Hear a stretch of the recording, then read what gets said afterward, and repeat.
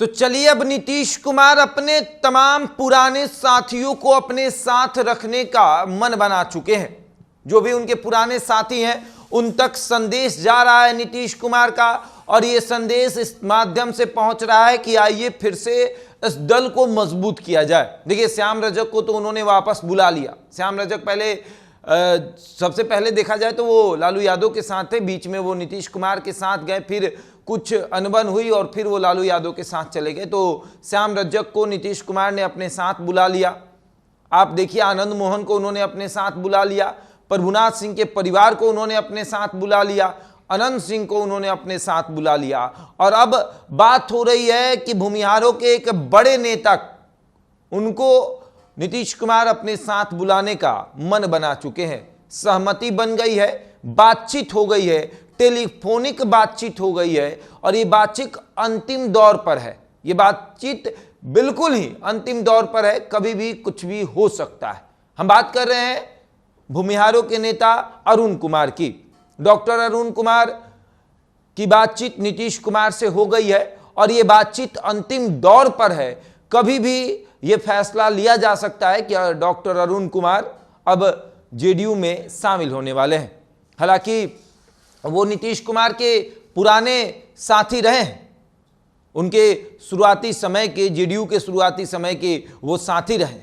बीच में कुछ अनबन ऐसी हुई कि अरुण कुमार नाराज होकर चले गए, लेकिन अब नीतीश कुमार चाहते हैं कि भूमिहारों के बड़े नेता अरुण कुमार उनके दल में शामिल हो जाएं। सहमति बन गई है। बात ये यहां तक पहुंची है कि बेटे को विधानसभा चुनाव लड़ाने की बात हो रही है कि अरुण कुमार चाहते हैं कि अगर हम जेडीयू में आएंगे तो हमें क्या मिलेगा, हमारे बेटे को विधानसभा चुनाव लड़ाया जाए और साथ ही साथ पद कौन सा दिया जाएगा, इस पर अब बातचीत हो रही है। नीतीश कुमार भी चाहते हैं कि टेबल पर बैठकर बातचीत हो जाए, यानी कि टेबल मीटिंग जो होता है वो हो जाए। और टेबल मीटिंग जो होता है वो बेहतरी के लिए होता है। वो इसलिए होता है कि अगर टेबल मीटिंग हो तो बात अच्छे तरीके से हो। और देखिए, सब कुछ क्लियर हो चुका है। बहुत सारी ऐसी बातें हैं जो अरुण कुमार के मन में चल रही थी, उन्होंने नीतीश कुमार को बताई, नीतीश कुमार ने अरुण कुमार को बताया। और कहा भी जाता है कि राजनीति में कोई भी किसी का ज्यादा दिन तक दोस्त और कोई भी किसी का ज्यादा दिन तक दुश्मन नहीं रहता। राजनीतिक दुश्मन बहुत कम समय के लिए होता है और दुश्मनी ये खत्म हो गई है। बात अब अंतिम दौर पर चल रही है, इस तरीके से अंतिम दौर पर चल रही है कि कभी भी अरुण कुमार ये कह सकते हैं कि अब हम जेडीयू के सदस्य बनने जा रहे हैं। देखिए, भले ही लोगों को लगे कि ये क्या है, लेकिन मामला है। नीतीश कुमार के दूत जो हैं वो अरुण कुमार तक पहुंच चुके हैं, अरुण कुमार को संदेश दे चुके हैं।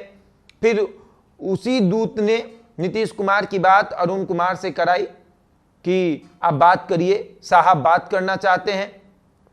और जब साहब से बातचीत हुई तो आधे घंटे तक कोई किसी का फोन रखने को तैयार नहीं था, कोई ये कहने को तैयार नहीं था कि आप फोन रखिए तो आप फोन रखिए। बातचीत हो रही थी, दोनों के अंदर नाराजगी थी, बातें बहुत थी। तो इसलिए हुआ कि टेबल पर बैठकर बातचीत किया जाए। यह बातचीत इसलिए भी जरूरी है कि क्यों ना एक बार अपनी दुश्मनी को खत्म करके और तमाम चीजों को समेट कर बैठा जाए।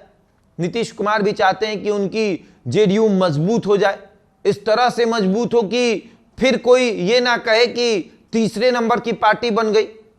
हालांकि अशोक चौधरी के एक बयान ने सब कुछ इधर उधर कर दिया है, लेकिन उसको भी नीतीश कुमार समेट रहे हैं। अशोक चौधरी भी अब देखिए तो बयान नहीं दे रहे हैं। अशोक चौधरी के खिलाफ जेडीयू के जो लोग बोल रहे थे वो भी अभी शांत हैं। तो मामला अभी समझा जा रहा है। भूमिहार वाले मामले को शांत करके फिर अरुण कुमार की एंट्री जेडीयू में कराई जाएगी। और अरुण कुमार की एंट्री होगी, इस कदर होगी कि आप देखिएगा कि किस तरह से नीतीश कुमार अपने आप को 25 में मजबूत करते हैं। देखिए, तमाम लोगों का वो समर्थन ले रहे हैं अपने आप को मजबूत करने के लिए। वो चाहते हैं कि 2005 की तरह जेडीयू फिर से खड़ी हो जाए। 2010 में जदयू के पास जितना बहुमत था उतना बहुमत 2025 में आ जाए, और इस कदर बहुमत आए कि फिर कोई ये ना कहे कि तीसरे नंबर की पार्टी है। तो इसलिए नीतीश कुमार तमाम अपने पुराने साथियों को अपने साथ रखने का मन बना रहे हैं। और इसी संदर्भ में अरुण कुमार, डॉक्टर अरुण कुमार, जो कि जहानाबाद के रहने वाले हैं और भूमिहारों के एक बड़े नेता हैं, उनसे भी बातचीत अंतिम दौर पर है। बहरहाल इस खबर में इतना ही। बने रहे हमारे साथ और देखते रहे द इंडिया टॉप।